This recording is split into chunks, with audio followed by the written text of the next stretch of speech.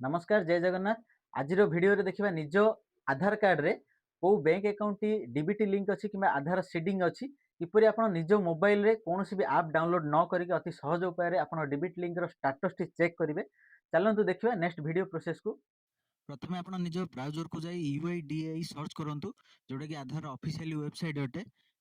तो एई official website ऊपर click करला परे आपण लैंग्वेज सिलेक्ट करिवे। लैंग्वेज सिलेक्ट करला परे आधार होम पेज टी ओपन हे जिवो। बहुत सारा ऑप्शन देखा जिवो एठी। आपण चेक आधार स्टेटस किंबा डाउनलोड आधार कोनोसी भी ऑप्शन ऊपर क्लिक करंतु। क्लिक करले लेफ्ट साइड कॉर्नर रे माई आधार बोले ऑप्शन आसीबो। सेठारे क्लिक करला परे लॉगिन ऑप्शन आपन पळे आसीबो। लॉगिन देला परे आपण एठी निज आधार नंबर दियंतु एवं कैप्चा दियंतु। तापर आपन को ओटीपी गोटे आसीबो। ओटीपी देई आपण लॉगिन करि परिबे। लॉगिन करला परे आपन को एमदी ऑप्शन सब शो करिवो। आपण मझिरे एठी बैंक सीडिंग स्टेटस ऊपर क्लिक करिवे। तो क्लिक करला परे आपन को एठी शो करिवो आपण को बैंक लिंक अछि, को डेट रे आपण अपडेट करैथिले, एक्टिव अछि किबा इनएक्टिव अछि। तो ये प्रोसेस टी थिला निज आधार कार्ड रे किपरि आपण बैंक डीबीटी स्टेटस कि आधार स्टेटस चेक करि परिबे।